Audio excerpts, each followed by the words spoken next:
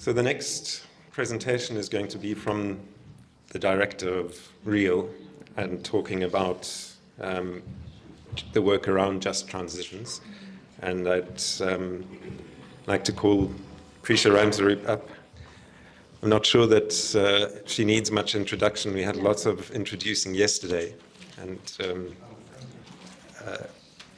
But just to say that Presha's work has really focused on learning pathways for sustainable development and sustainability within vocational education.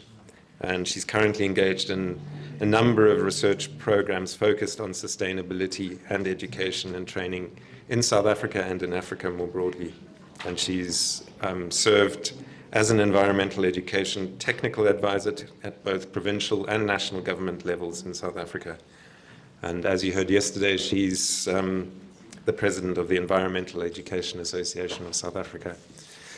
I did also realize, and this is very belated, but I didn't introduce myself. For those people who don't know me and weren't here yesterday, my name is Volker Wedekind, and I'm an honorary professor at Wits with the REAL Center and currently based at the University of Nottingham. And it's really a pleasure to be here. But over to Presha. So I'm going to share with you some of the work that we've been doing over a fair amount of time, probably the last decade or so. And what I'm going to do in trying to understand how we're working with the idea of just transition or transitioning, the green transition, just transitioning and skills, is to share some of the challenges that we've picked up, to actually share two pieces of research that we're going to do. I'm going to flag them, and some of the student presentations will actually pick up this in much more detail. And I want to take a bit of time to show you how new and difficult this area of work is, and how it's been such an iterative process, trying to find methodology to do this work. And that has wrapped a lot of our time thinking through how we actually do this work. And then my intention is to show you or to kind of mention some of the ideas that come into research. Often when we talk about the green transition or transition towards, the discourse that tends to come up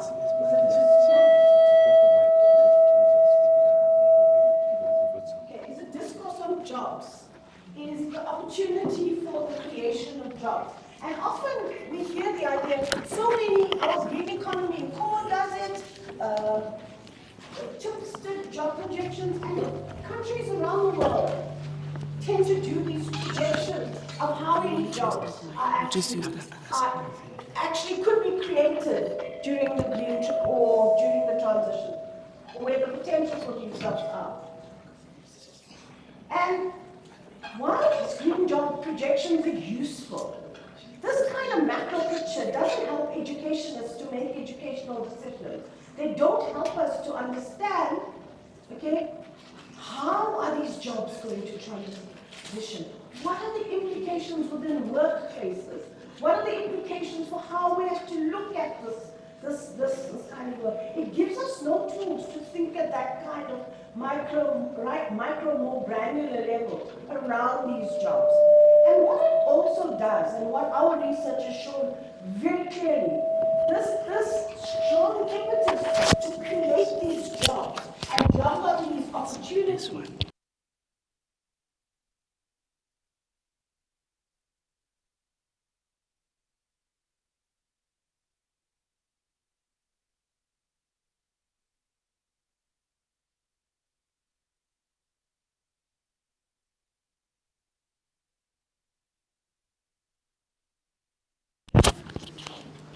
Sorry, what you can see is that we are starting to perpetuate a sustainability agenda that's actually, or we're starting to create a sustainability agenda that's based on job creation, rather than a foundation of sustainability. So you're getting what one of our very renowned professors at Wits will often say, we're getting more and more green capitalism rather than any kind of transition. Okay? So a lot of these jobs that are created in the interest of the green transition is actually capitalist jobs using green resources. And that's the challenge with this overriding potential of jobs. But however, what we've seen as we work with this and we try to move beyond the surface, what we see in South Africa is that even though South Africa's made multiple commitments to the green transition, the gap between the skill system and its environmental commitment is huge. So if you look at this graph, it's a graph, isn't it?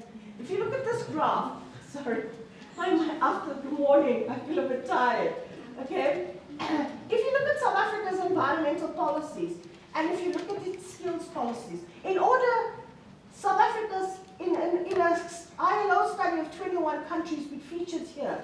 So that means our skills policies are not aligned to deliver on our environmental commitments, okay? A key part of transition, and those of you that are looking at kind of sustainability transition, is the co-evolution of systems. And the green transition will require an evolution of the education and training system alongside the environmental system. This ILO report, as well as multiple studies in South Africa, show very clearly the South African skill system or the education and training system is way behind the environmental commitments that South Africa is making.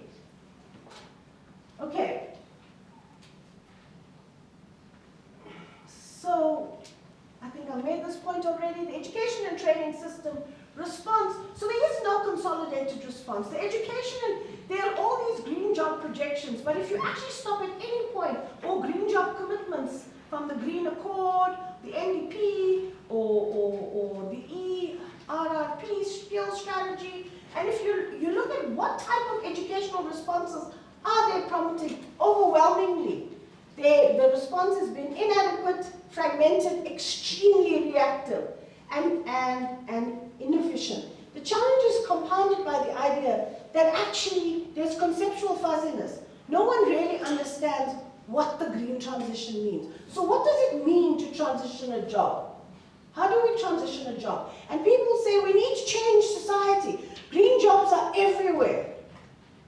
Okay, green jobs are everywhere. So it becomes, or largely, it's almost like an empty signifier.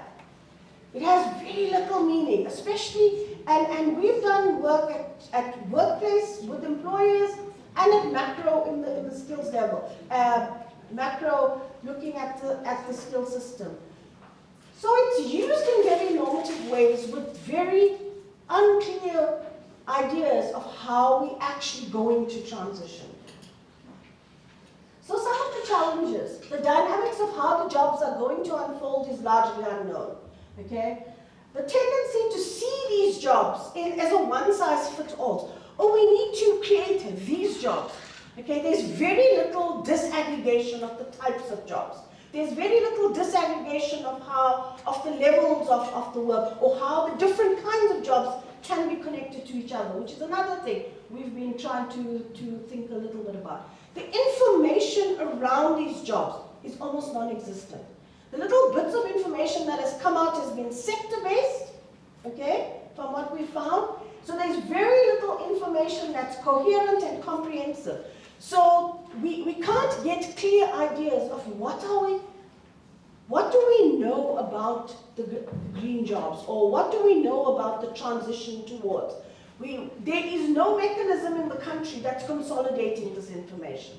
There's no mechanism that's actually, and that comes, and I'll probably pick it up a bit later, that comes from the idea, it's not the own, but a huge issue is that largely environment and sustainability is treated as a cross-cutting issue in the South African skill system.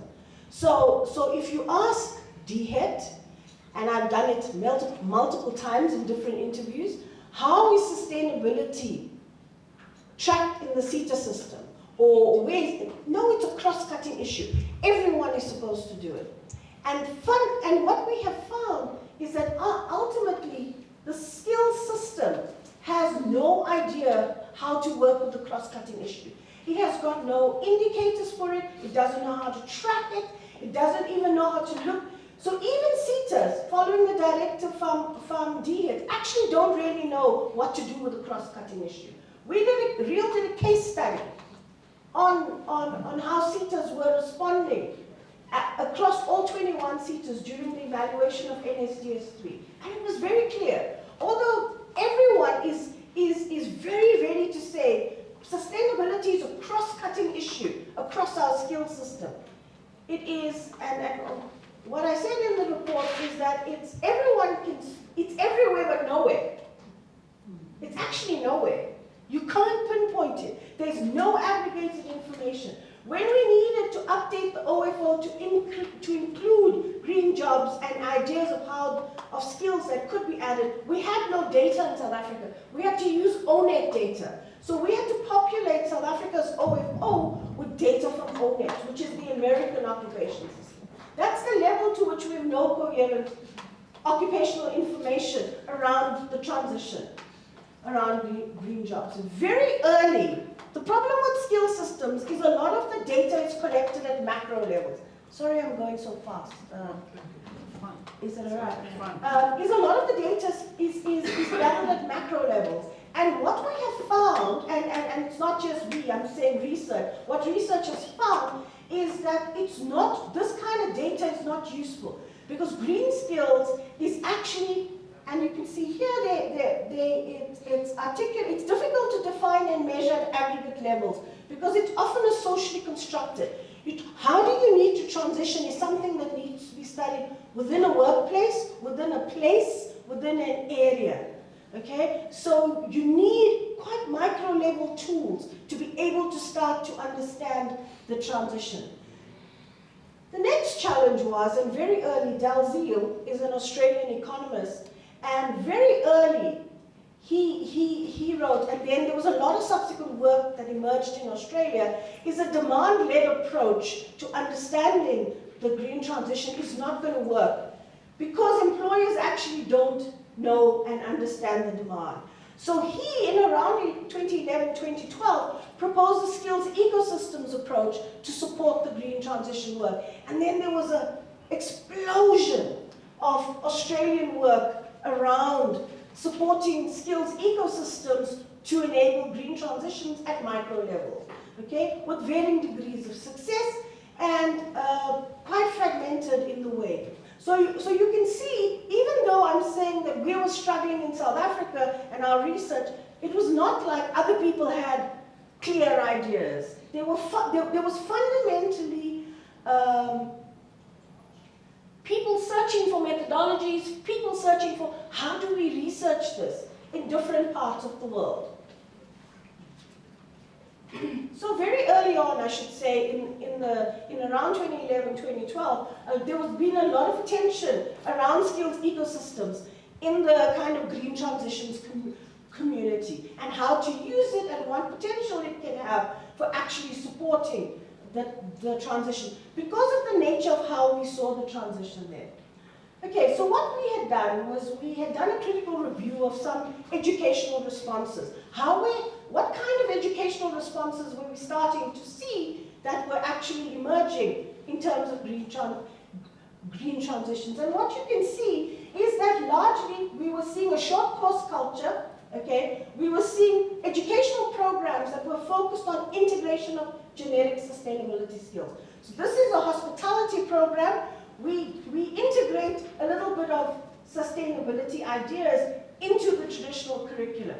But the fundamental ideas of production and consumption within that curriculum remained unchanged. So actually there was very little green transition.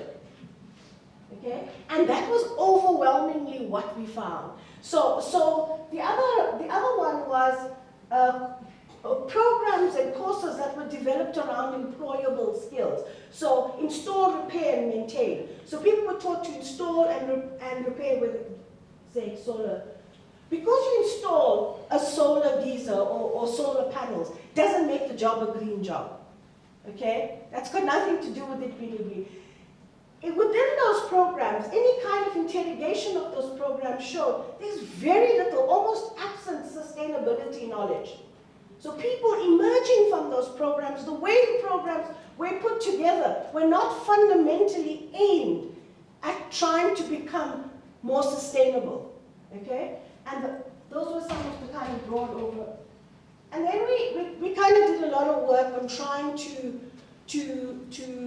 develop a typology, or develop typologies around what does green mean and how do we see it, so that we could try to separate the kind of green capitalism, green resilience kind of approach to the more transformative approaches that we were actually after.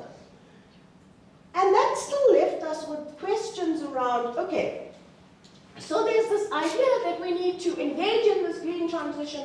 The world of work is changing. The world of work has to change. But how does that happen? So what we tried to do together with Rhodes, we set up 6 occupational studies where we tried to say, okay, if we were going to study how jobs are changing, actually look at jobs at a micro level, what would we do?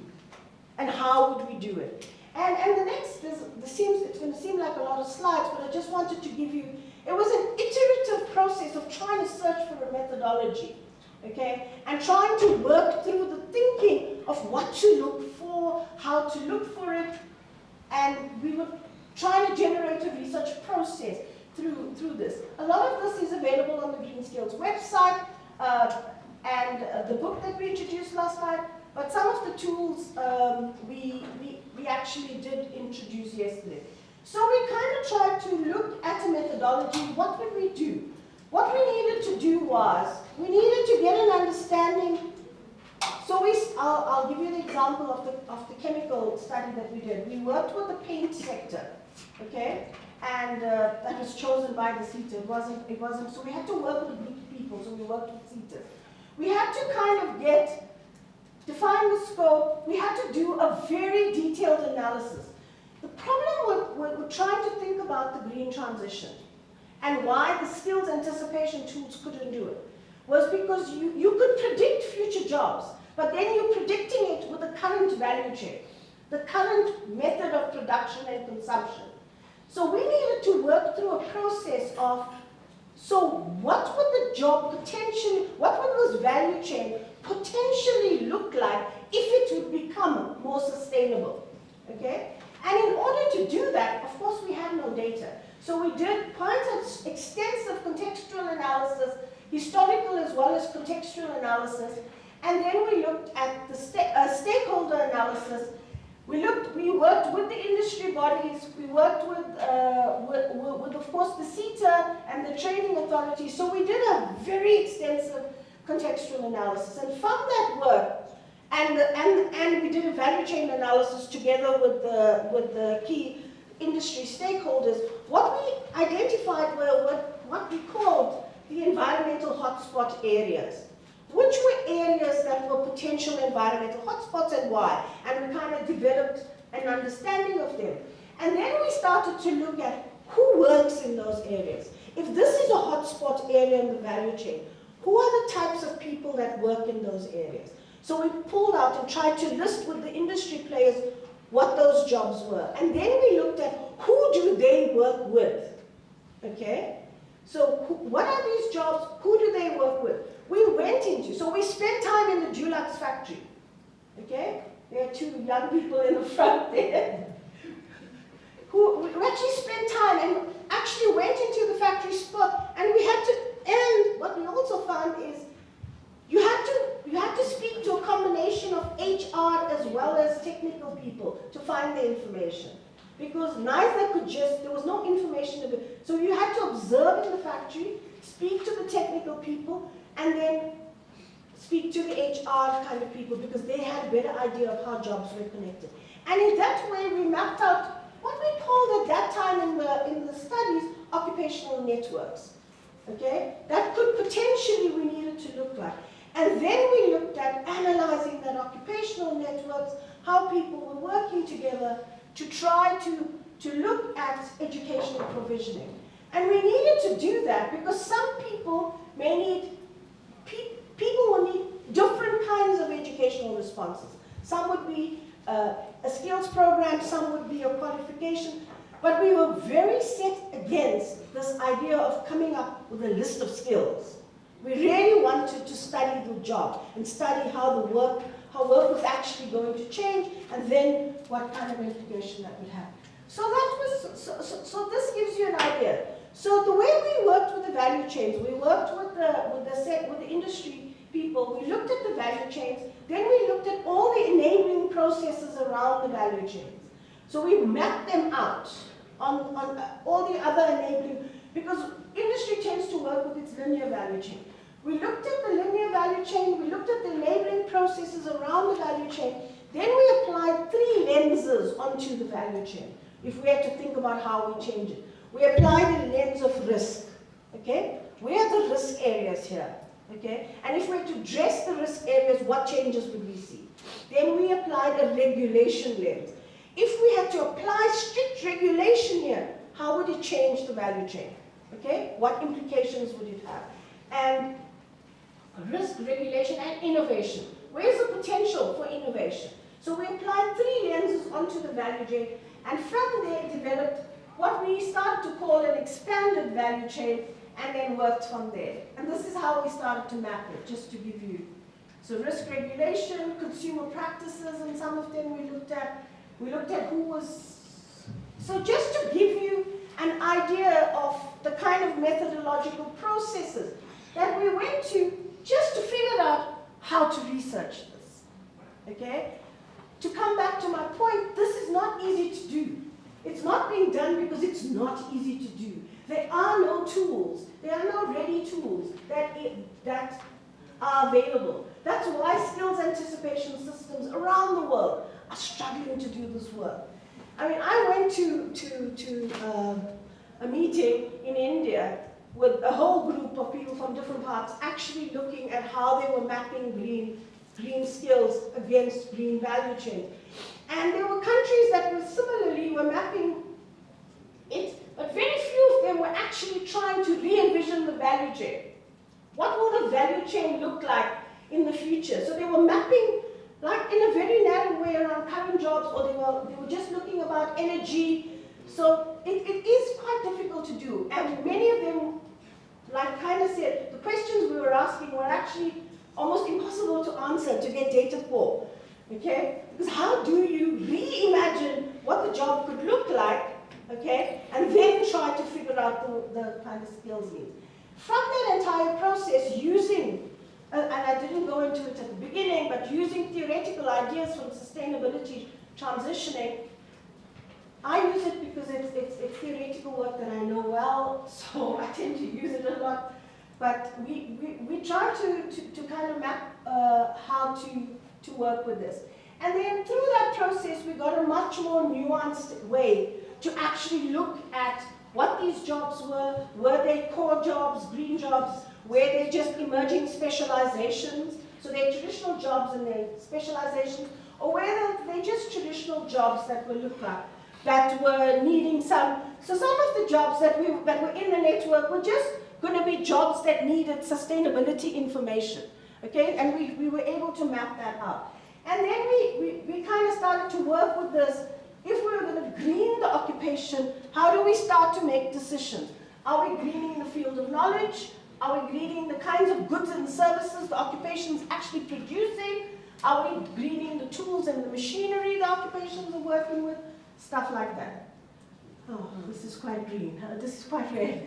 Okay, so I mean, some of the things that we looked at is green skills. So what started to emerge is that there is a range of complex drivers and underlying mechanisms that actually shape this kind of research.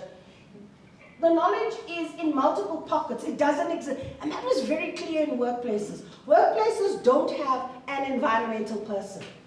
So if we're looking at if we're tracing the environmental knowledge, it's fragmented across a number of people in the network, okay? And there was ongoing analysis. I think I've spoken about that. The skill systems lacks the capacity to deal with the cross-cutting issue. They actually don't even know how to report around it and funds. There was a lot of issues around pathways, but I'm not going to speak about it, especially entry-level pathways. We were able to pick up lots of ideas around, or lots of challenges around entry-level pathways, how to look at streams of work and like feeder jobs and what they were connecting to, things like that. And what we came with was, if to develop an idea in a sector from a micro level of what the transition would mean, what we found is this is the multiple levels of information that we actually needed. Okay, so we actually did look at the stories of people that were transitioning. We looked at some transitioning, we looked at some of the supply information, we looked at the macroeconomic information. So that's the kind of multiple levels of information that we needed to piece together to be able to say, this is how this small bit of a sector could actually transition, because the information was not in one spot. Okay. So that kind of gives you an idea of how we try to understand the greening of work. And a lot of that you could see was with traditional sectors. They were done in a way with a very particular idea to develop a methodology to understand how work can be green. But of course there are multiple other areas of work, and there are multiple other questions related to sustainability and the future of work. So we've been working in two projects, and I'm not going to talk a lot about it because two of the students will be picking it up in the work that they're doing, and it's also work that we're doing together with Rhodes, is to look at, what kinds of skills planning methodologies and what would the unit of analysis be if we were going to start to think about a just transition, okay? And if we want to enable a just transition, for those of you who are actually sitting here don't know what a just transition is. It's a socio-economic as well as environmental transition. So it's an integrated approach to understanding the transition. So it's not seeing the social transition separate from anything else. And what we tried to work with was a bottom-up approach to it. Not to understand skills information from a company, but to understand it from a place, from an area, okay? And we started to work, well, I won't say started, because we've been working with a lot of skills, ecosystems work over the years, like I told you, because very early the environmental community picked up on skills ecosystems. So, okay, so not from a company, kind of looking at what it was. And at this stage, and in the VET4 project, we spoke about the VET4 Africa project yesterday, we did a lot of work thinking through how people are using skills ecosystems to do place-based bottom-up skills development. So I traced Feingold's work, quite extensively. We traced all the Australian work because that's where the biggest splurge of work started to happen, was in Australia. And we actually looked at how it started to get in different traditions of use. So the different traditions of how ecosystems started to get used in entrepreneurial contexts, in different kinds of contexts, okay? Unfortunately, a lot of it, except for Andre's work in South Africa, a lot of it was driven from Australia and the UK. And of course, we did, so in the VET4 book, there is a chapter actually tracing some of the what do you call it? Not literature, it's a kind of trajectory of the evolution of the ideas around skills ecosystems work. And we settled to work with this idea of a social skills ecosystems model, and we adapted some work that was emerging in the UK, and I think we actually took it much further than they did. I think they had the idea, but they didn't develop it. And what they started to do was, they started to look at, okay, if we looked at a place and we looked at skills development emerging from that place, what would be the vertical factors? Okay, what they call the vertical ideas, which is obviously the state and the national and the local state, and then the horizontal. And then what would mediate? How would mediation between the two work? And they built their skills ecosystem up with that kind of idea. So they worked with the notion of, in a place, how could people sustainably live, work, and learn? Okay?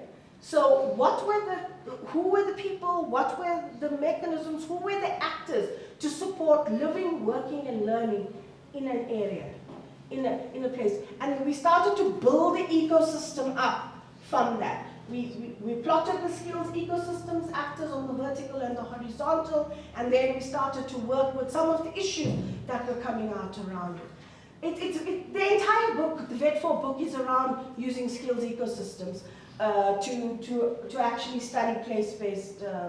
And the 4 studies in Uganda and South Africa actually picked up different elements. But just to actually say there were multiple challenges, we think, with using the ecosystem. I think it was very useful to get us going. I don't know if Volker and the other researchers are. It was very useful to get us going. It was very useful to conceptualize how to approach our cases. It helped us to describe our cases and to set our cases up. It had very little analytical value. It didn't have the tools or the kind of deeper ideas to kind of analyze an ecosystem there. Okay, but it did give us very useful ideas to set it up. We really struggled with how ecosystem, like at the horizontal, it lacked a multi-scalar view. It really lacked the ability to give us, and it lacked ideas around what was present and what was absent. So there were multiple things, and how what was absent was influencing what was present. So we had to work with those kind of ideas. We really struggled with the way skills ecosystems in general, especially the original literature, the American literature, where it started from in Feingold, the way it actually conceptualizes agency and how actors are represented within the work. And it was very difficult to apply those ideas of the original ecosystems work to African ecosystems. So as you can see, we did a lot of thinking in this kind of work around how skill systems, how we start to map and think about skill systems from the bottom up, from a place, okay? And we would argue that it is definitely an important approach for a just transition when we're starting to think. And now we're engaged in different projects now, trying to build these ideas that we picked up and started in VET4 in new projects, in the NRF Just Transitioning of Food Systems project, where we're actually trying to apply it now in different kinds of systems after our learnings in this project. So moving forward, the things that I could say is the skills to transition is a slow, long-term endeavor. Yeah, but it does require multi-level engagement with lots of hidden structures and mechanisms. And what we found is that we need employer tools, sector tools, as well as systems level tools as we move towards the future. So from where we are now, we cannot just talk about changing the system. Transition is a slow, long process. So you actually need, and we're working through what these are and how we would work with these different levels of tools to enable the transition. And of course, there's a lot of new methodology. We do believe, and I think I've made this case before, that there's a need for some kind of institutional coordinating mechanism that actually brings together. Most of the work that's happening around this kind of work is sector-based and in small kind of studies. There is no, like we said, because it's cross-cutting, CETAs don't report on it. So DHEC doesn't aggregate data on it. So there's no place where you can go to actually get data around sustainability occupations, sustainability jobs, because it is in this fragmented way. So the kind of argument for a green skills hub or a sustainability hub that looks at skills is growing more and more in the research community. In where I see some of this work going, as you can see, we spent a lot of time thinking about traditional work in formal sectors, just trying to get through it. We started to look at place-based work. We haven't spent enough time yet starting to think about what any of this means in regenerative and circular economies. And that's where we're starting to head to. We've started little bits of work there, and what circular and regenerative economies are going to mean for jobs, occupations, and skills. Okay? And then to just throw out there is then how do we turn these ideas into understanding what an economy for a common good would actually mean. Okay? And then we have a student, Kate and Victoria, who are very interested in these kind of ideas of what is economics for the common good. And Kate's actually very busy, these are all the pieces of literature. She's doing a critical review of the literature in trying to map out what's economic, or what an economy for a common good would actually be like. So I hope I've given you some kind of snapshot into the work that we're doing. I don't know whether we have any answers, but we certainly have been trying to make our way and make some of these things make sense. So I'm sorry I was so quick. Oh, if I wasn't.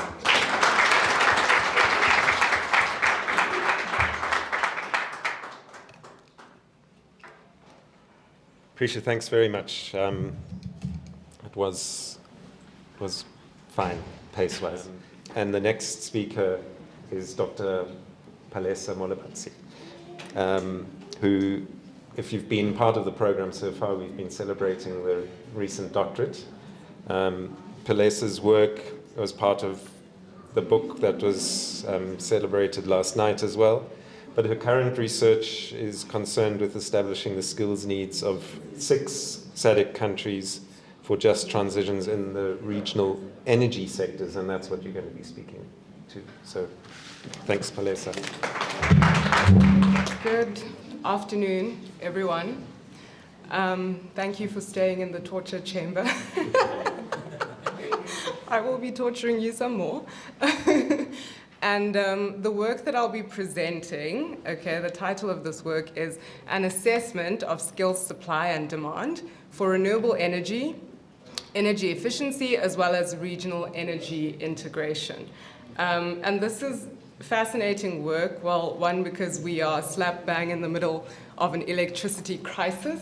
Yesterday we were fortunate enough to have some load shedding, so that was fun. So I do get a little bit excited talking about this topic because it is so current and there's always something in the news every day to refer to. So the work forms part of an initiative promoted by the ILO, which the minister referred to quite a lot, and the funding comes from the government of Sweden to support the Kafue Gorge Regional Training Center in Zambia. Now, the overarching objective of this particular regional training center is to meet the skills demand needs of these 3 sectors that I'm referring to today. So the focus is on 6 SADC countries, namely the countries are Botswana, Mauritius, Namibia, South Africa, Zimbabwe, as well as Zambia, okay? And, you know, it's a fascinating study because Africa is set to emerge as a key driver of global energy demand. And Africa is also home to an abundant wealth of fossil fuel resources. We are quite intensively, or rather, some people refer to our economy as a fossilized kind of capitalism. It's also another term, you know, that the minister was alluding to. But we also have an abundance of renewable resources. And that presents quite a critical opportunity for the continent to exploit renewable resources for a clean energy transition.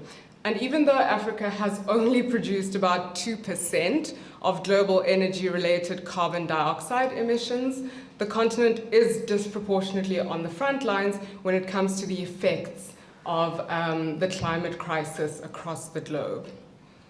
So for the sake of time, I won't go into elaborating what each of the 3 sectors looks like.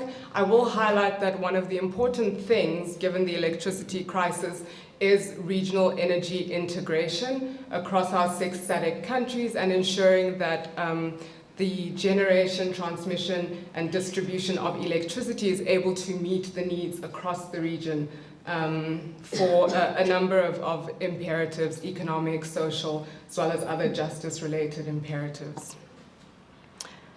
Right, so yesterday Steph and a couple of other people, I think, referred to the importance of skills anticipation as one of the areas that we're working on at REAL, and I won't go into an extensive definition of skills anticipation. I'll just say that in relation to this particular work on energy and a just transition towards a low carbon future in these particular energy sectors, skills anticipation means that our work is around assessing the future prospects of the labor market and the potential imbalances that may arise between the demand and the supply of skills in these sectors. So, with respect to skills anticipation then, oh, I don't need this, Kate.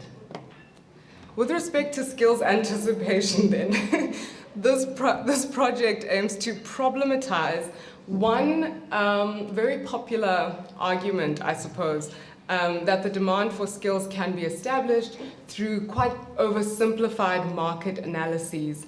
And we're problematizing this argument because in reality, actually, demand analyses are quite complex.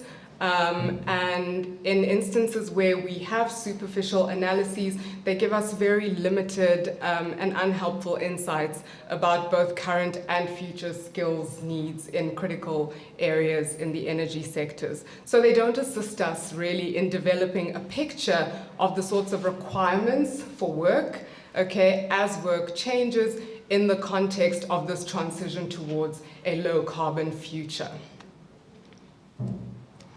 Okay, so to summarize, this particular project has three main aims, okay? And the first really is that we aim to determine what it is anticipated that these three sectors, renewable energy, energy efficiency, and regional energy integration, look like. In addition to that, we also aim to determine what exactly the skills demand will look like in response to the transitions in these sectors, and we also then aim to determine what skill supply interventions are necessary in order to support or to facilitate the transition towards this low carbon future. So our work remains ongoing, okay, but we have a couple of really fascinating emerging findings from the study as it stands. So to quickly touch on our methodology, it's a three-pronged methodology. First, we did an in-depth set of country case studies, okay, and this speaks to some of what Presha was discussing just now, where we looked at the political, social, economic, as well as legislative and other factors that are shaping or driving the transition in these particular sectors. And for each of the 6 countries in SADC, what we did was identify the hotspots. Again, Presha referred to that. And these are areas where there are key change drivers that are catalyzing the transition within each of these sectors. And then the other 2 prongs of our method were survey data as well as interview data. I won't go into any detail regarding that. I will jump straight into the fascinating findings that I have already referred to. Right, so given that we are problematizing these oversimplified labor market analyses of the demand and supply of skills, there is one significant limitation really that exists in terms of the research around education and training for skills development as well as work. And that limitation is the neglect of analyses that demonstrate or surface the non-linear nature of transitions both within and between education and training and work, okay? So our first finding is the following, and I think it's one that Themba will pick up on because his presentation elaborates a lot more on transitions. But due to the relative newness of the transition in the energy sector within the SADC context, the pathways that surface in terms of education and work as well as training are quite unclear or fuzzy, as what Presha just said. And often, in fact, the transition, what we're finding, doesn't necessarily involve the emergence of new jobs, but the emergence of specializations within existing jobs.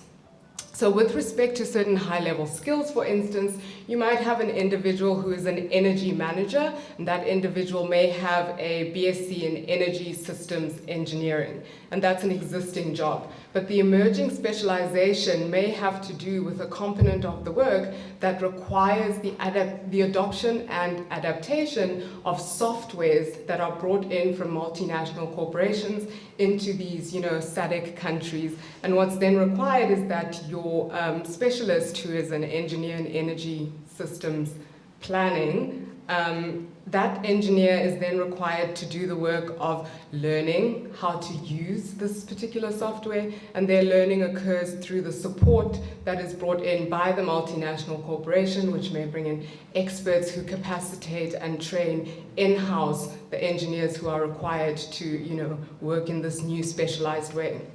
So through this adoption and adaptation of this particular software, what happens is that the engineer is then able to work on redesigning or remodeling aspects of the energy grid, either in relation to generation or transmission or distribution.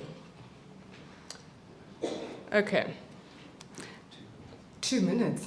Wow, okay, right. So the second main finding then, and I'll try to link it very quickly to our engineer, is that currently there's still quite a strong prevalence of skills supply coming from traditional education and training institutions like universities or your technical and vocational education and training colleges. So these more traditional institutions, of course, provide the sorts of traditional qualifications that we know about. And yet at the same time, our data is suggesting that in addition to these traditional types of qualifications, skills supply through add-on services like the software example that I've just made, this is growingly, it's increasingly a critical offering or intervention that is required in education and training in order to see to it that the transition is facilitated. Okay, so I want to kind of make a high-level point that, what our data is suggesting to us is that the transition hence requires a lot more non-traditional forms of skills supply to complement the existing kind of traditional qualifications or education and training. And that's an important way in which the non-linear transition is facilitated as the renewable energy and energy efficiency and regional energy integration sectors transition. And then just to make one final quick point about the implications for work, I just want to state that the main implication is that the work stream, either of our engineer, the example that I've made, or other workers in these particular areas, their work streams are quite non-linear. And as I said, they require a number of sort of complementary education and training interventions to support them. And in the main, what we argue really is that any work that is aimed at skills development for the energy sectors is required to prepare people for streams of work with these emerging specializations in the context of what is a relatively new set of transitions that we're not clear about, transitions that remain quite fuzzy. We're moving straight on to the next presentation, which is from Themba Chabalala, who's one of the researchers here at REAL. He's working, besides working on his own doctoral research, he's also working on the PCETA-funded Wits REAL Research Chair, which focuses on skills supply and demand in the public sector. And just as a matter of interest, he's also a qualified life sciences and music teacher and has done a lot of work in the NGO sector as well. So over to you, Themba. 10 minutes. Afternoon, everyone. So, as we heard yesterday, one of the books that were celebrated yesterday in the VET4 project, one of the books rather that were celebrated yesterday, drawing on the VET4 project, basically had 4 cases, right? And today, I want to take one of those cases, zero in on a mini case, and talk about the learning transitions of maritime students within one of those cases. Sorry, pardon me. So the VET4 project was a collaborative initiative between 4 universities, one in Uganda, Gulu University, 2 in South Africa, Wits and Rhodes, and 1 in the UK, which was Nottingham University. One of the main purposes of this project was to try and reimagine and try and relook and try to reconceptualize the role and the purpose of vocational education and training in South Africa. So when it comes to this project, we used 2 frames or 2 theoretical lenses. The first was a particular look at what transitions mean, and then the second was critical vocationalism. Let's start with our conceptualization of transitions. Now, in terms of transitions, we see them providing 3 key meanings, but I'm only going to focus on 2. The first one is that transitions are basically navigating pathways and structures and systems. And then the second is moving between 2 states of being with young people's identity critically connected or intricately connected to that. So in terms of these transitions, we're not just looking at a change process, but we're looking at a shift from one identity to the next. And within that shift, we emphasize different turning points, different milestones and life events that they encounter, which ultimately become connected to their new identities. Now, the second frame that we're looking at is critical vocationalism. In the project, we adopted a critical vocationalist lens to try and interrogate issues of race, social class, and gender, and integrate them into a particular understanding of vocational education and training. We argue that students are not just students, but they exist within particular contexts. And these contexts, these social and political climates, whether formal or informal, inform and affect their lives, and they ultimately inform and affect the transition process. And through these lenses, we are saying that social variables shape patterns of transitions, and when we ignore these social dynamics and only focus on job attainment, it compromises our understanding and our appreciation of the transition process. And because learning programs are not just neutral mechanisms for giving opportunities to people, but they can actually end up producing and reproducing inequalities, which is why this lens was important. Now, across all of the cases that we looked at, we tried to apply this lens, and it gave us a stronger focus on social variables, it gave us an expanded view of transitions, and it helped us with an appreciation of informality.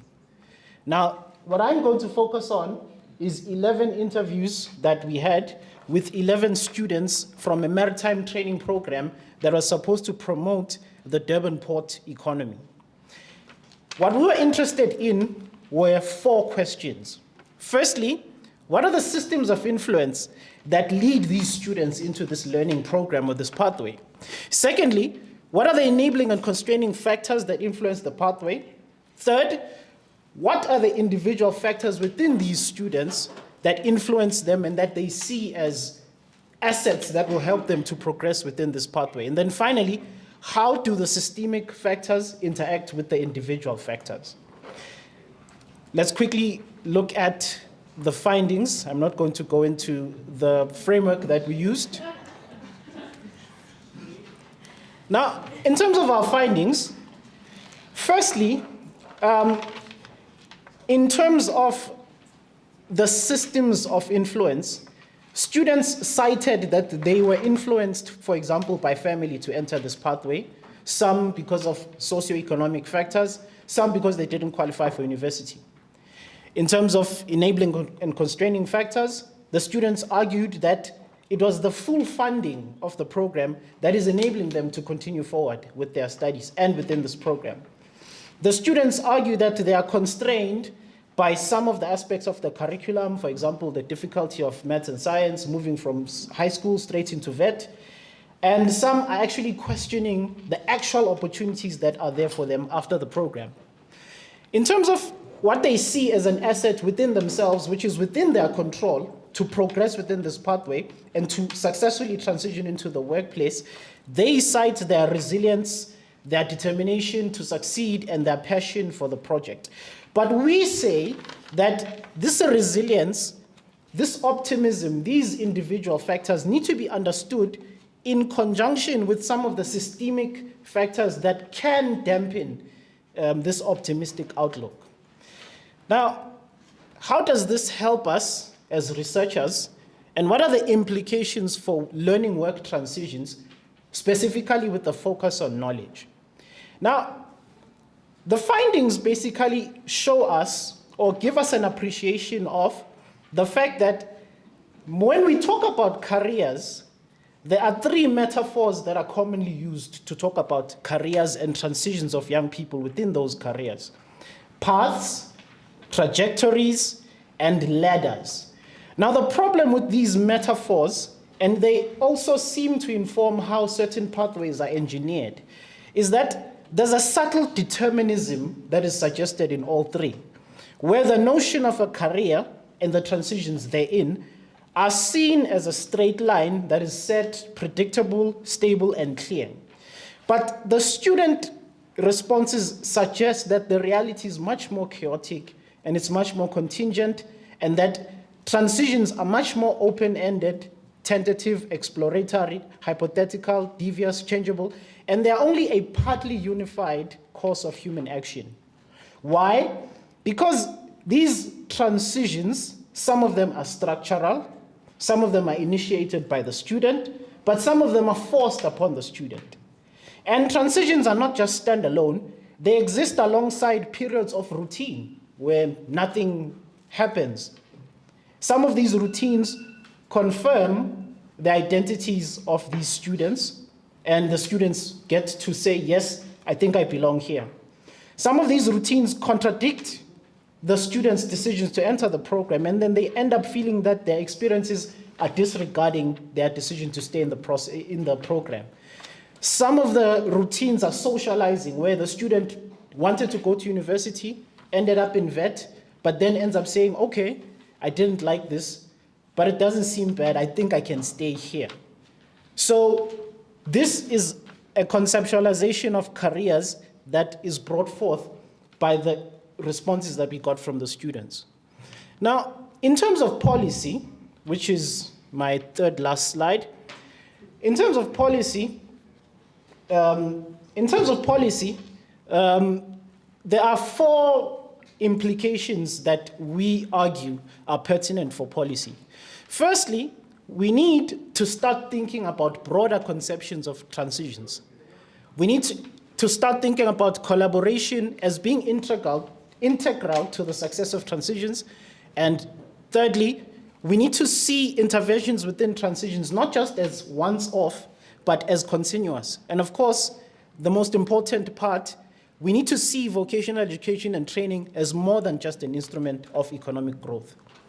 Now, in terms of the first point, because young people are so different, and because transitions are so chaotic and transitory, we need to start thinking about a broad instead of a narrow approach to engineering pathways and the transitions therein. We need to start thinking about job families instead of one job and one qualification leading towards one job, so that there can be multiple pathways that are enabled by these job families in order for young people to be able to easily bridge or transition from one particular stream into the next. Now, in terms of collaboration, it is important that the social partners collaborate so that these pathways can be supported. And it is important for us to appreciate formal and informal interactions because they affect the transition process. And then we need to have an appreciation of other spheres of institutional and non-institutional life as dimensions or aspects of the transition process. And these interventions should not just be once-off, but there must be a way to track the progress of these students so that young people can transition much better into the economy. And then finally, we need to start thinking about the purpose of vocational education and training and to see these transitions as contributing towards broader than economic possibilities, to see vocational education and training as a social good and leading to the public good. Thank you. Thank you very much, Themba. We're going to move right on. I'm sure there's questions for each of these presentations, so please make a note of them, and we'll come back to those at the end. But Nicola Jenkin is the next speaker. She's a postdoctoral scholar here at Real, working in the Skills and Industry program.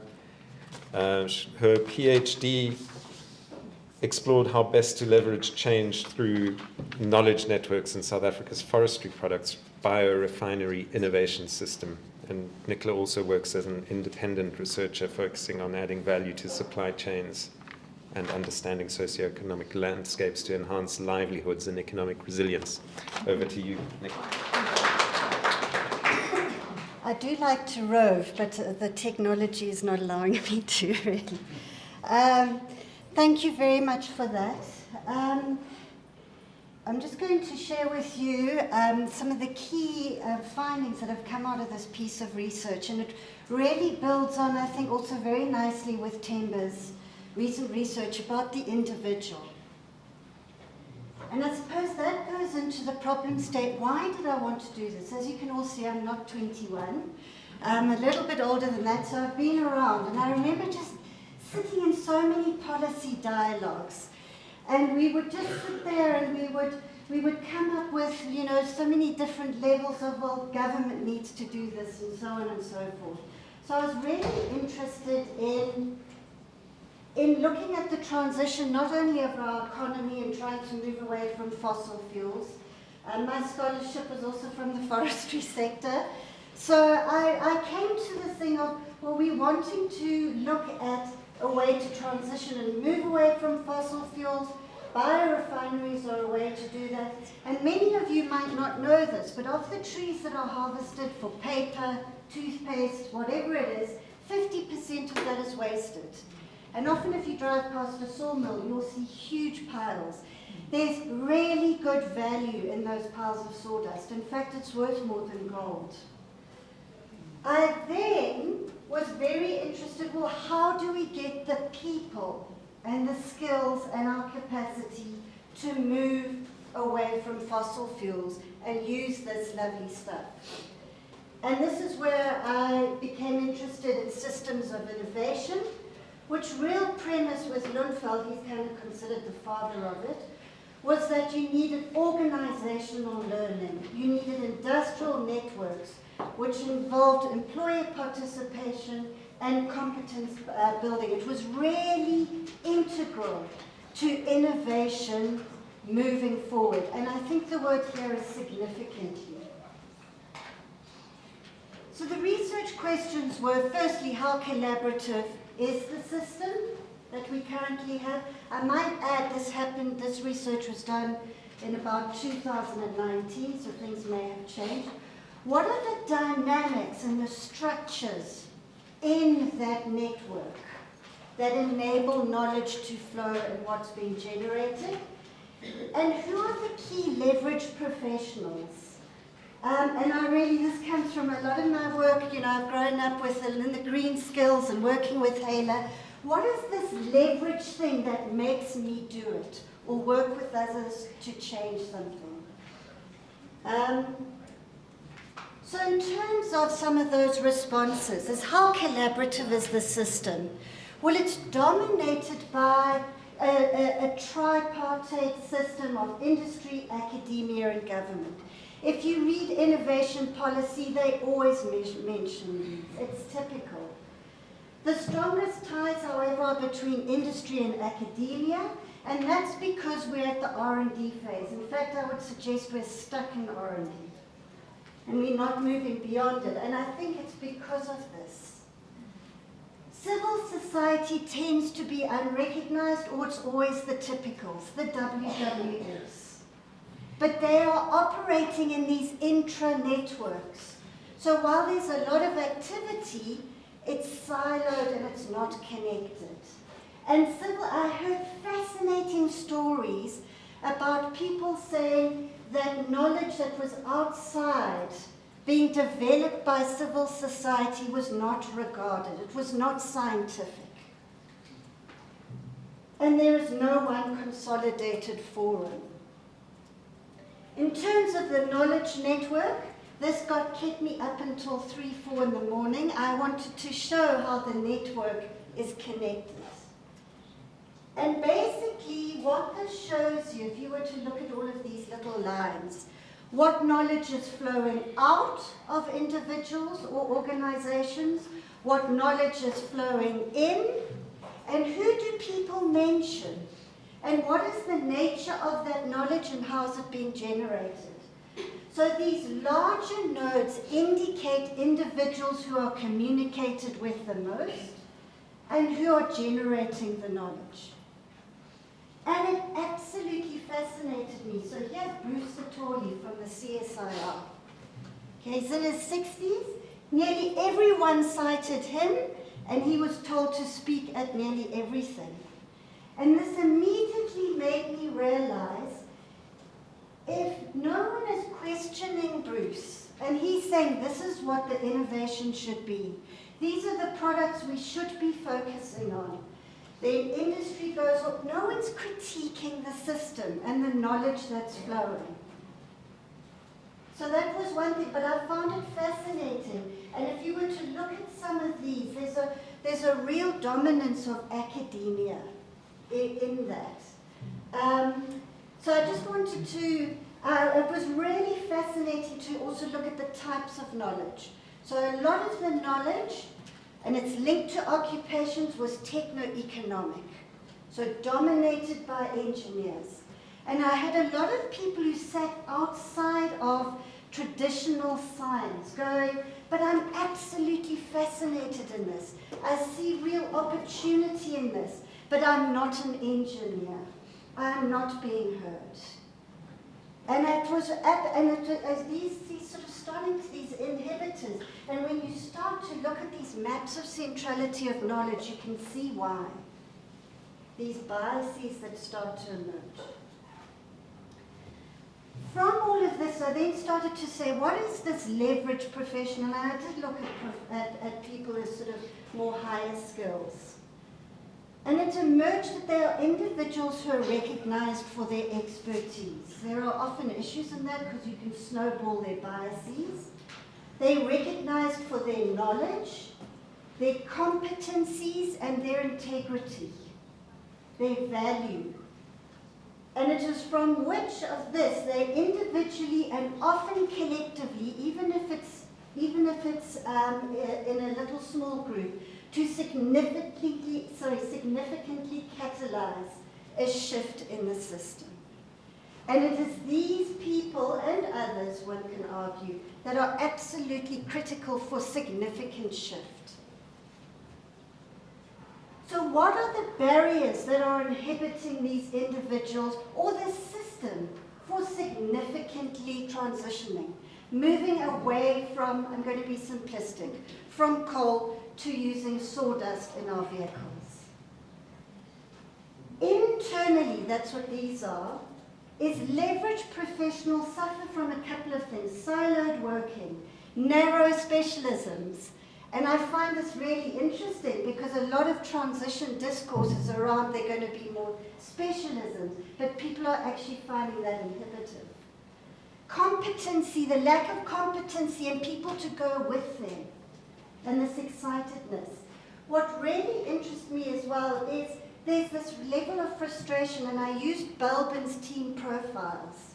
And I don't know if many of you know them. They're about, are you an idea generator? Are you a completer finisher? Are you a researcher?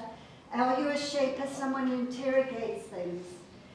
And a lot of them don't have those kind of people around them to support them to make a significant shift. So you get lack of support, constrained by bureaucracy, particularly in government.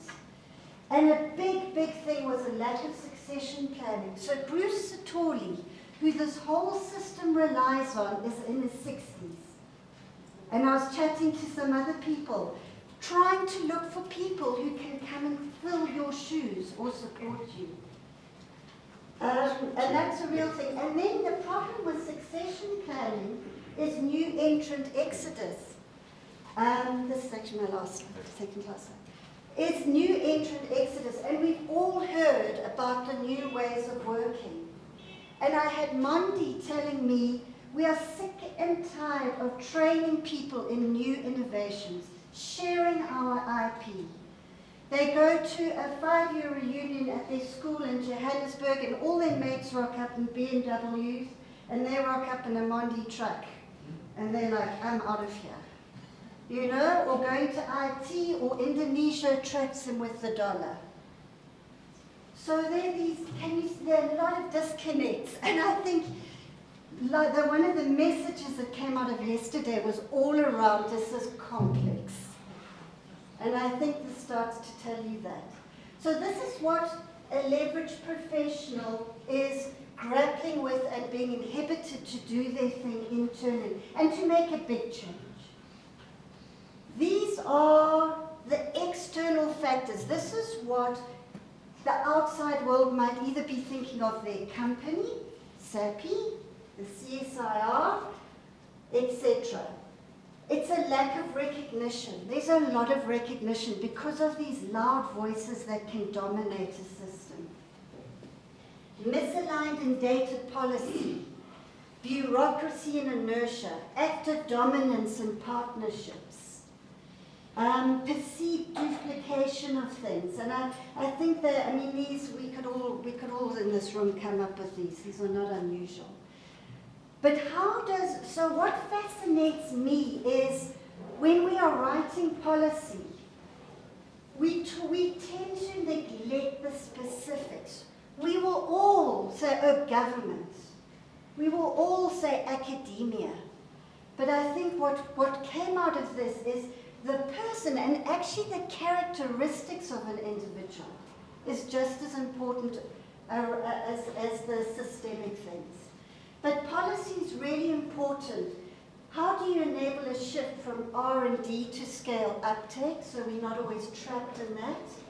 We need to acknowledge a diversity of knowledge providers. In this case, it's civil society, the person down the road in the neighborhood, and acknowledge and respect that knowledge. Be more specific about the types, not only of jobs. I mean, if I read another report and it says 10,000 jobs, you know, and what competencies, skills, and knowledge. I'm a big fan of the type of knowledge, and that can really vary. And also, the knowledge should, you know, we're doing some work on energy now, is the same answers come up. Engineers, technicians, people forget about the person who's going to finish and write the report. The PA, the marketing person, the researchers.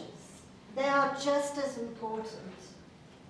And then to mitigate issues through considered skills supply, we need to have skills supply and demand assessment, but I would say that at real as well. And there needs to be some form of connectedness, and I think it's really important for policy to align. I know it's not always easy, and even in fact the Minister was alluding to that. So thank you very much. Right, and the last of the presentations before we have a response from HALA is Victoria Hebblethwaite, who's a research assistant and a PhD student here at REAL, but was previously served part of as a national coordinator for Zambian women in agricultural research and development in Zambia. And her current research interests include food systems, which he's going to be talking about now. Thank you. Good afternoon, everyone. I'll assume everyone is as hungry as I am, so I'll speak very quickly. So today I'll be talking about a project that I was working on with 5 other researchers, which is on skills and the just transitioning of food systems.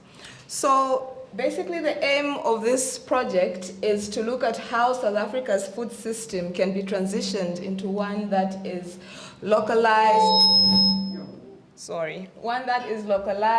just and resilient, with a special focus on the skill requirements that would be needed for this transition to take place, considering that just transitions place a special emphasis on ensuring that workers and their communities' future and livelihoods are secure as a shift to a low carbon economy is in place. So the approach that we took for this project was a case study, which was in 2 phases. So the first phase has been completed, which was done through desktop research in 3 regions. That's Gauteng, Eastern Cape, and the KZN provinces. And just to mention that a 100-kilometer radius was selected for each of these areas. And then the second phase of the project will be done using fieldwork.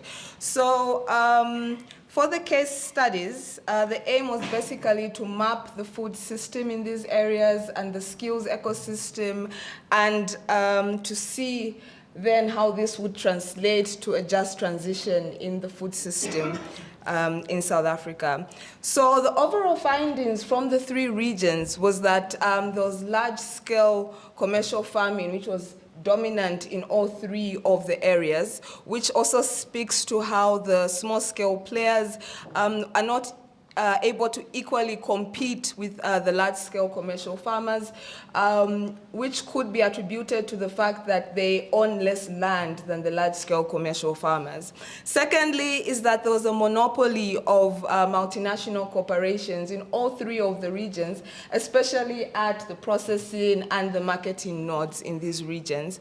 And lastly, is that there's low agro-processing skills, which is dominant, especially at community level.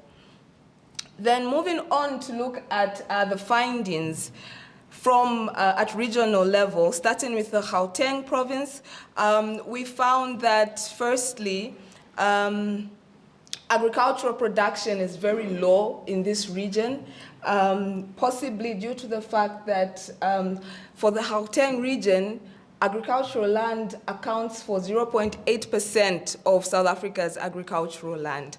However, there was massive manufacturing and processing with regards to the food sector in this region, with a lot of food going in and out of the region. So this speaks to the unsustainability of the food system because, just to put it into context, so the Eastern Cape region produces a lot of pineapples, right?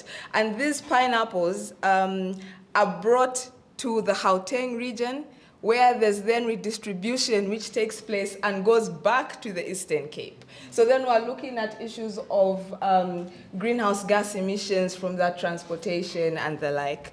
And then also there was a concentration of traditional universities in the Gauteng region, and what we saw as a shortage of skills to suit the region's conditions. So as mentioned, we have very little agricultural land in the Gauteng region, but we're not able to find skills such as rooftop farming being promoted in these areas and greenhouse agriculture and the like. Then moving on to the Eastern Cape, I'll speak about 3 major findings. The first is that the institutions in this region had a massive focus on conventional farming, which was being taught to the people involved in the agricultural courses. But we're trying to move away from that, and we didn't see a lot of, say, for instance, conservation or farming being implemented in this area. And then also, the vulnerable communities were reliant on government aid. So quite all right, in the Eastern Cape, we found that the government tried to bring about the implementation and the training of skills in agricultural courses in the Eastern Cape, but we still have a lot of people that are not using these skills or not trying to venture into agricultural skills, especially at community level, to try and generate an income. Instead, they're more reliant on government aid that's coming through. Then lastly, the third point for the Eastern Cape is that we were able to find a few agricultural high schools in the region, which is a good condition if we're looking at a just transition taking place and the localization of the food system in this area, as the young ones are being taught how to gain agricultural skills that they can then use and work in the agriculture sector later on. Then moving on to the KZN region, there was a concentration of small-scale players, especially at production level. So just putting this into context, the KZN region is known as the sugarcane capital of South Africa, and it's dominated by macro players who are doing a lot of the processing and the marketing of this product. So they do support the small-scale players in terms of helping them to acquire agricultural land and also purchasing the sugarcane from them. But that then means that the small-scale players' skills are ending at the production node, with them only producing sugarcane and not necessarily processing this sugarcane and marketing this sugarcane. And then another interesting finding for the KZN region is that the fisheries industry is significantly unexplored in the area, and the area lies along the coastal region, which we feel should be an area that even the local community can use to localize the sector in that area. So in terms of the implications on skills, so there's lack of skill diversity, especially at community level with the rural communities, meaning that it would be a bit of a challenge to have this transition that we're talking about taking place, this localization of the food system in these areas. And then also the high cost of education. So taking you back to the findings of the Gauteng region with the dominance of traditional universities, it's a bit hard for the local communities to pay for this education that the traditional universities are offering. So basically what we're saying is that there's a need to refocus the skills to ensure that there's a transition that takes place in the food system in South Africa, to have more green jobs, as Presha was earlier talking about. So we need to have more of the, at community level, we need to have more people engaging in aspects such as conservation agriculture, climate smart agriculture, in issues of processing, how to recycle their waste and the like. So linking this to policy, we need to ensure that there's an alignment between policy and a just transition of the food system. So quite all right now, we have a lot of focus going into policy and the transition of the energy sector, but we don't have a policy in South Africa that speaks directly to support the transition of the food system in South Africa. So what this means then is that there's no skills planning that's taking place. So we therefore recommend from the first phase of our study that we need to have a decentralization of skills by region to ensure that each region has planning to suit the region's conditions, to ensure that this localization actually is effective. So in the next step, in the next phase of our research, we're going to explore, amongst other things, how the education sector in South Africa can handle the skill requirements for a transition of the food system, and also to say, look at how macro players would accept this transition taking place and how this relates to skill implications. So allow me to close with a statement that I hope we can all go back with and reflect on, which is that transitions are inevitable while justice is not. So what this basically means is that due to a number of factors, say climatic conditions or the recent COVID-19 pandemic that we've had, it's inevitable that we're going to see changes in the way we produce our goods and services, in the way that we basically run our industries. But with these transitions, it's no guarantee that the skill and the workforce will be supported by this. So we have our marginalized communities, say women, the youth. We have our current workers who are at risk of losing relevance. So we need to take deliberate action to ensure that we support the skills ecosystem as we make this transition. Thank you. Thank you very much, Victoria. And I'm not going to go through any lengthy CV with Hala. Hala, I think, would be familiar to most people here. She's a distinguished research professor at Rhodes University and holds a national chair in all this stuff. Basically, she's the guru around all of this stuff, so she's going to respond. Thank you so much, Volker. I'll keep it very short, and I think actually most of what needs to be said has just been said by Victoria in that last statement, actually. So thank you very much for that, Victoria.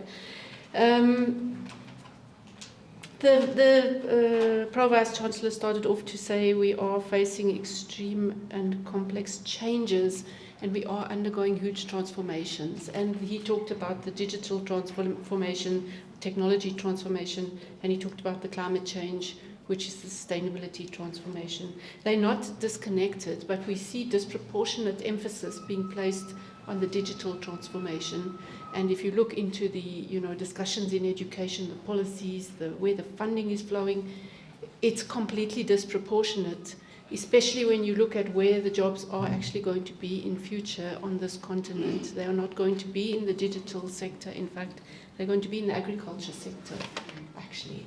And if you work in the agricultural sector, you're working with water, you're working with land, and you're working with food, and you're working with energy, and so on. So I think we need to, really think about what this just transition actually means. And in most of the international literature, it's about socio-technical transition. It's about the renewable energy technologies. It's about the windmills. It's about the type of digital devices and so on. And then it is the South African authors, actually, that brought the notion of just transitions into the international discussion. Mark Swilling and his team at Stellenbosch University. And there's a lot of deliberation now exactly what that justice actually means. So what are the dimensions of justice when it comes to just transitions? Of course, ultimately, it is two things. One is human beings are not robots.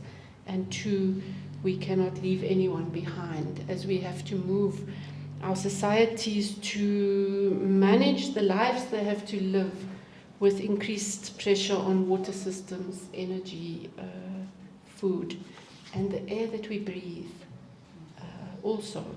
So these are life-giving issues, actually. So they, in my mind, seem to be much more important than having a better computer that produces e-waste next week. So I really think we have to recalibrate, what is priority.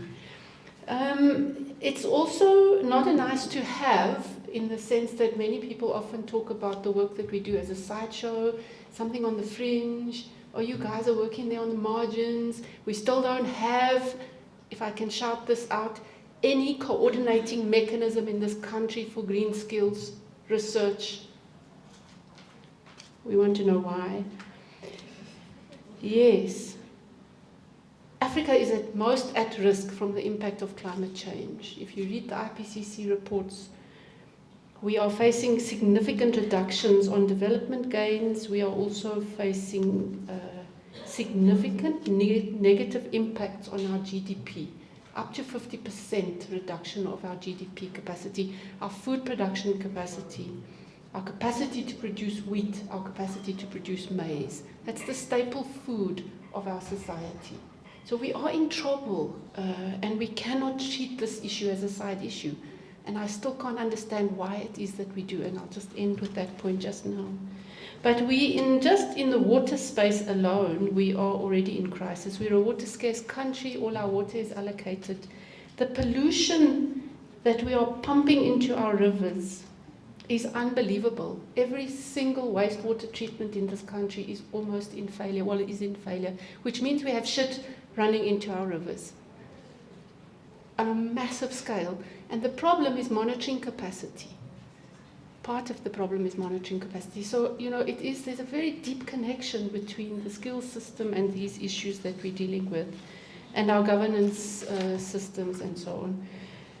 So we should stop thinking about these as side issues, and we should stop leaving them out of the skills planning system, as Presha showed us, completely reactive. It's crazy that it's like that. It is completely crazy. So we have to rethink pretty much what we mean by the notion of work that's come up quite a lot this morning. We have a notion of work that comes out of a military-industrial complex that drove the Industrial Revolution, human capital theory, Steph mentioned it yesterday, and the neoliberal onslaught that we're living with now. And can we shift that notion of work to work for the common good? And if we think what is work for the common good, it's work in our households, it's the work that the women do, it's work in our communities. It's work that young people want to do and are doing in their communities to make the communities better places to live and to be in. It's of course the work that all the workers do in our industries and in our manufacturing entities, in our government departments and so on. But we do need to rethink the nature and the notion of work.